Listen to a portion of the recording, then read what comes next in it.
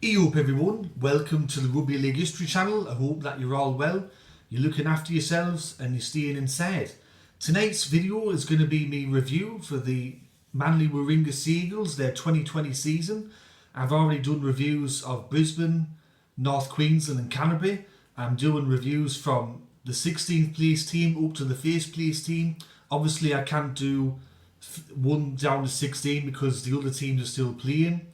So tonight's team was Manly.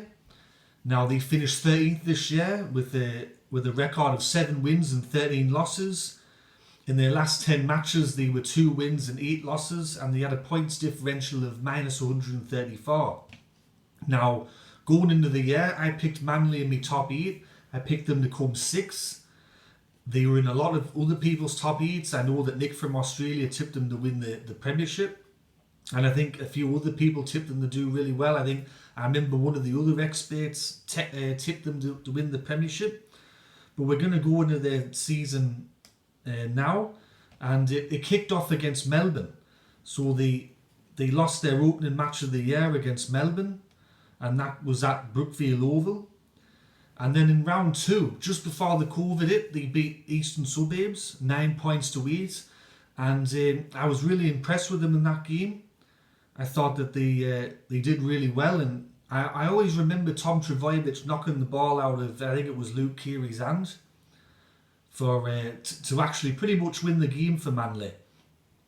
Now, after the COVID kind of stopped rugby league in its tracks for about 2 months, and then they retained in round 3. They beat Canterbury Bankstown 32 points to 6, and then the following week they lost against Parramatta in that controversial match where was the ball forward, was it backwards, out of the hands of Tom Trbojevic. It was ruled a no try. Parramatta held on to win that game 19 points to 16. But Manly hit back. They ended up winning 2 games in a row. But I think this was one of the turning points of the year. Round 6 against Canberra, they won that game 14 points to 6 down at Campbelltown Stadium there. And then the next week, now, because I'm in England, sometimes I miss some of the games. And I think this must have been one of the earlier games on, so it was played overnight. But I remember I tipped Manly against Cronulla because they do really well in the Battle of the Beaches rivalry. They've got a superior record over Cronulla. And I went, I'll tip Manly, they'll be sound as a pound. And then I went to bed. And when I got up in the morning, I looked at the score and it was 40 points to 22 in favour of Cronulla. And I went, what the fuck happened here? And when I was looking at the team lineups and that, I noticed that Tom Trbojevic was missing. Now, I think this was a big turning point in their year because he got injured against Canberra. And then after he was injured, they lost 40 points to 22 against Cronulla, 14 points to 12 against Newcastle. They got beaten 34 points to 4 against St George. I remember watching that game. It wasn't until they played Parramatta in round 10 of the competition that they won. Although that I think in that game that they played really well in the first half of the match, but they held on in the second half, and Parramatta got a try just before full time, but it wasn't enough. And then they had a good win over North Queensland, but then ever since then, because Tom Trbojevic has been out for nearly the whole year, towards the back end of the year, they had some really bad results. 42 points to 12 against Penrith. And then they lost 56 points to 16 against South. 30 points to 6 against Melbourne. And then they had that game against West Tigers. They blew that. They lost 34 points to 32. And then they had a win over Canterbury, but that's not really worth celebrating. And then what was even more alarming was the last 2 games of the year. They lost 42 points to 24 against the Gold Coast and 40 points to 28 against New Zealand. Now, I've been following rugby league for a long time, and it's really rare to see a Manly side lose matches like that week in, week out. Okay, sure, they've had some bad games in the past, but to get beaten like that in a couple of weeks in a row by 40 points, that's bad. They ended up finishing in 13th, as I said. It was a very disappointing year for the Manly club. They also had some issues with Adam Fanua Blake. He got suspended for calling the referee a fucking spastic and a retard, I think, by memory. And then towards the back end of the year, he requested a release from his contract, even though we had a couple of years left, and now he's gone to New Zealand, so that's a big blow. They've also had some other injuries to other players. Joel Thompson, he's leaving the club as well. I think that's Ruben Garrick had second year syndrome. He didn't play particularly well this year. Moses Sully, he was another one. He got injured. He was ruled out for the year. So it wasn't a particularly good year for Manly on and off the field with injuries and all that keeper.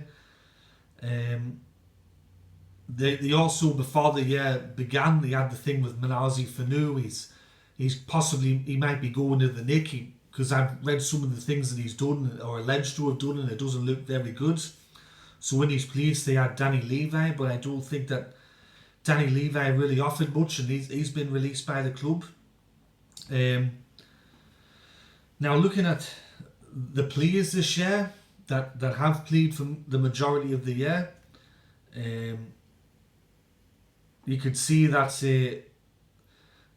looking at the players that they've had, I think Jake Trbojevic has tried very hard, Daly Cherry Evans has tried hard, Taniela Paseke, he was good, Fanua Blake was good, Martin Tapau was good, Siranen tried hard. Tavita Funa had an alright year for a rookie. But I think if I was going to name a player of the year for Manly-Warringah, I'd definitely go for Daly Cherry Evans, because I even noticed in some of the sides, in some of the weeks when they were getting beaten badly, Daly Cherry Evans was always trying his hardest, and he was always still setting up tries, and he was chasing after players length of the field, and he never gave up on any play. And I think he led from the front, and in a couple of press conferences and in a couple of post-match interviews, he did kind of have a bit of a dig at the players, saying that the effort's not there and we're not trying hard and we're not really playing as a team. But I think Daly Cherry Evans can definitely see that he can definitely see that he had a great year, and I think also Taniela Paseke had a great year as well. If I was to go for probably, I'm going to start with probably their worst moment of the year or their worst loss of the year, and I definitely have to say that was the 56-16 loss against South Sydney. Although South played really well, it's not really often that you see Manly get beaten by 50 points ever. And I think also the match in round 9 where they were beaten 34 points to 4 against St George at Cogra Oval, that's also another really bad moment of the year for them. If I was probably to go for maybe their best performance of the year, I'd definitely go round 2 against Eastern Suburbs at Leichhardt Oval. I think when they were playing in that match, they definitely showed that they were potentially a top 8 side, or a side that might be challenging for the Premiership, because I thought in that game that they played really, really well. And then also I think the 14-6 win over Canberra in round 6, where they lost Tom Trbojevic, I think they did well in that game to beat last year's runners-up down at Campbelltown Stadium, And besides that, I don't think that there was really too much to celebrate about the year for Manly. Now going into next year, my crystal ball, they've released a couple of players, they have Manly, and they've lost Fanua Blake, they've lost Joel Thompson, they've released Danny Levi. I think one thing that they need to really look at is they need to get a hooker in there, they need to get a good number 9. They also need to find a couple of replacements for Adam Fanua Blake and Joel Thompson.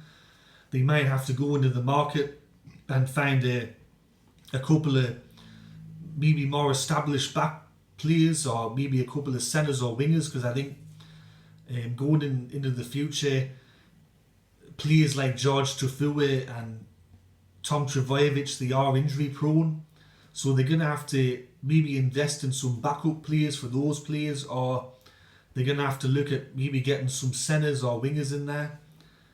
I'm sure that Manly will be able to attract some players given the history of the club, and who the coach is, because I think a lot of players like to play under Des Hasler. He does have a lot of respect from most people that have played under him. They've also got Kieran Farman coming back next year. I imagine that he'll partner Cherry Evans in the Avs. I think they'll go for Farman and Cherry Evans over Cherry Evans and Croker. And they got a lot to work on in the off season, Manly. I'm telling you, because they've been one of the most disappointing teams of the year. I expected a lot better of them, but if history's anything to go by, Manly don't spend too long at the bottom, and they're not historically a club that struggles. They generally get back straight on their feet, and I'm sure that in 2021 they'll be back up there. So that's been review for the Manly-Warringah Seagulls. I hope you enjoyed this 2020 review. If you did, click that like button. And if you're enjoying the content that I'm making, click that subscribe button and click the notification bell so you get an email when I do a new video. Stay tuned for tomorrow's video. It's going to be the St. George 2020 season review. Anyways, everyone, I'm going to get out of here, and I'll catch us all later tomorrow. Alright, ta-ra.